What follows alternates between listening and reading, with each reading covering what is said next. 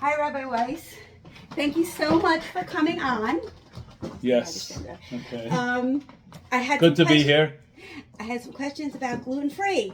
Since I'm doing reviews on gluten-free products, I'd like, what bracha do you make? Like, some of them have oat flour, some of them have Right.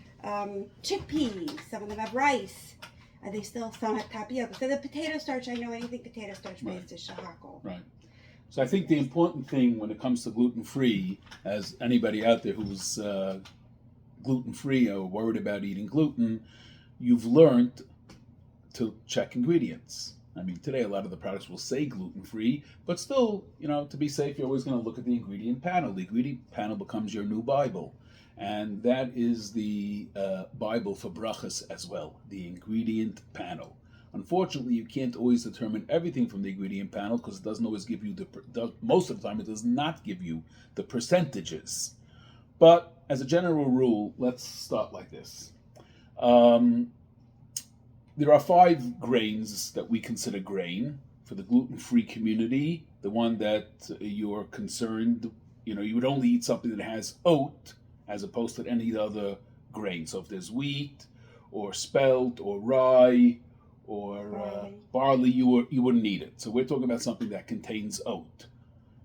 It's actually interesting. There is a debate amongst the poskim, the halachic opinions, whether oats is one of the 5 grains or not. But it's been accepted pretty much by us that we do consider oat as one of the grains. And therefore, for Pesach, gluten-free people will eat oat matzah. So oat is a grain.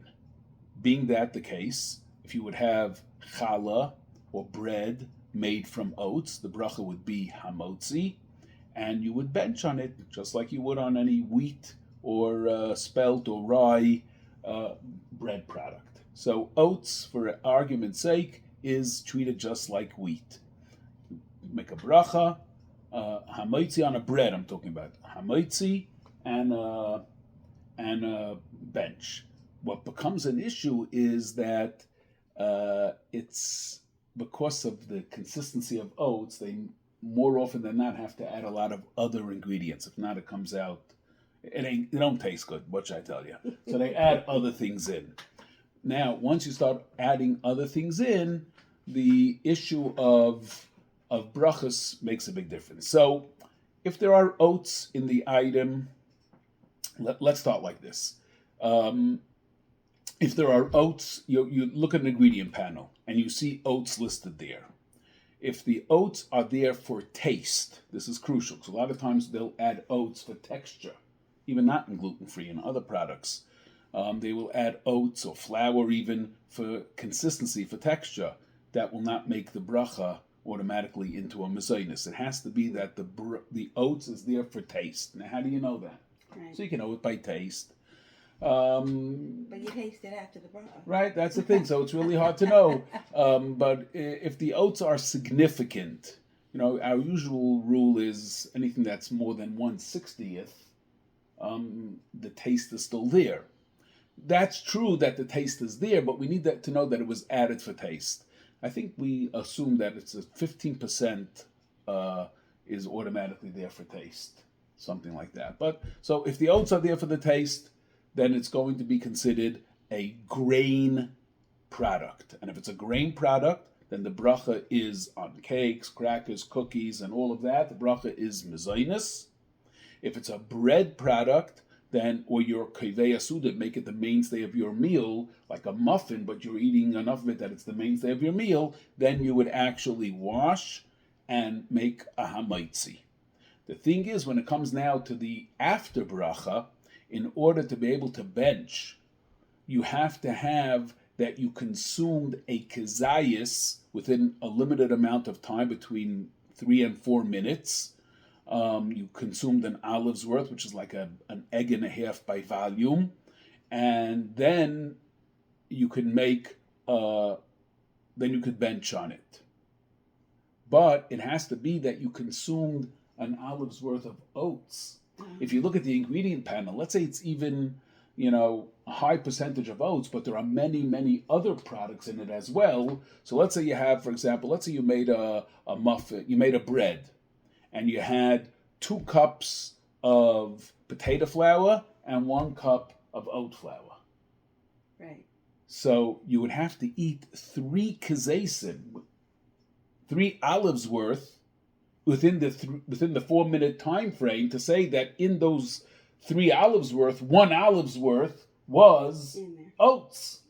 So it becomes, that's how you have to figure it out.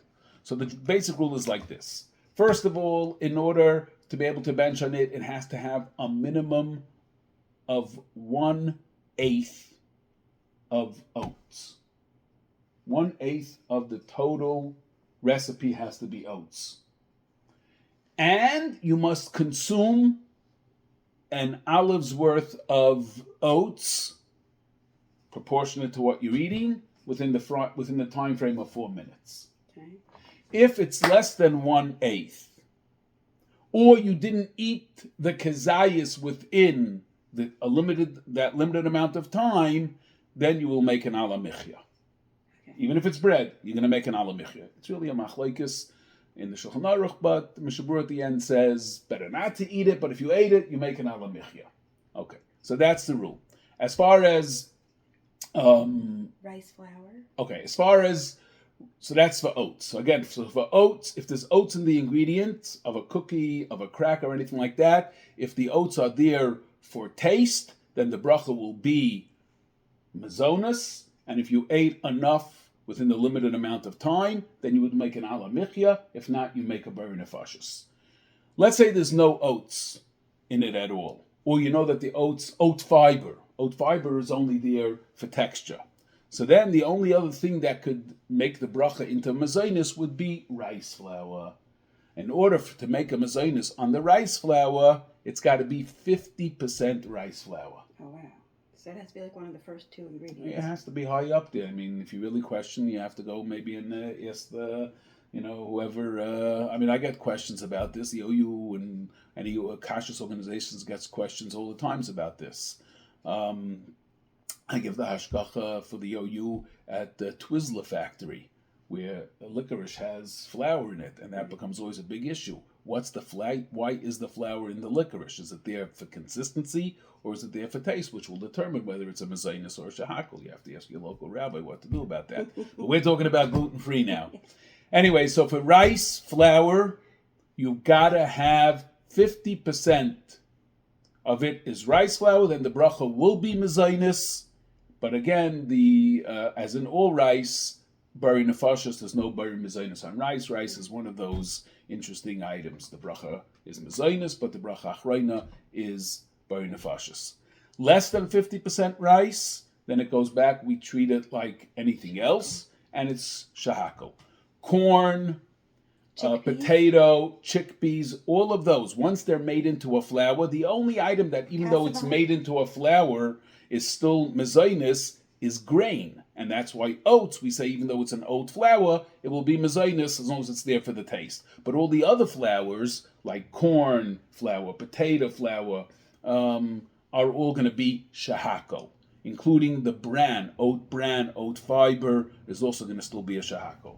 Okay, that covers it. Okay, so pretty much that's the story, and there are some resources online. If you go to the CRC website, there was a paper written by a rabbi about those who are suffering from celiac disease, who are oat-free, who are gluten-free, and talks about a lot of the halachas, as Shabbos and Pesach, and including he has a section on brachas there. It's very informative. Have a great Shabbos and enjoy your oat challah. Thank you.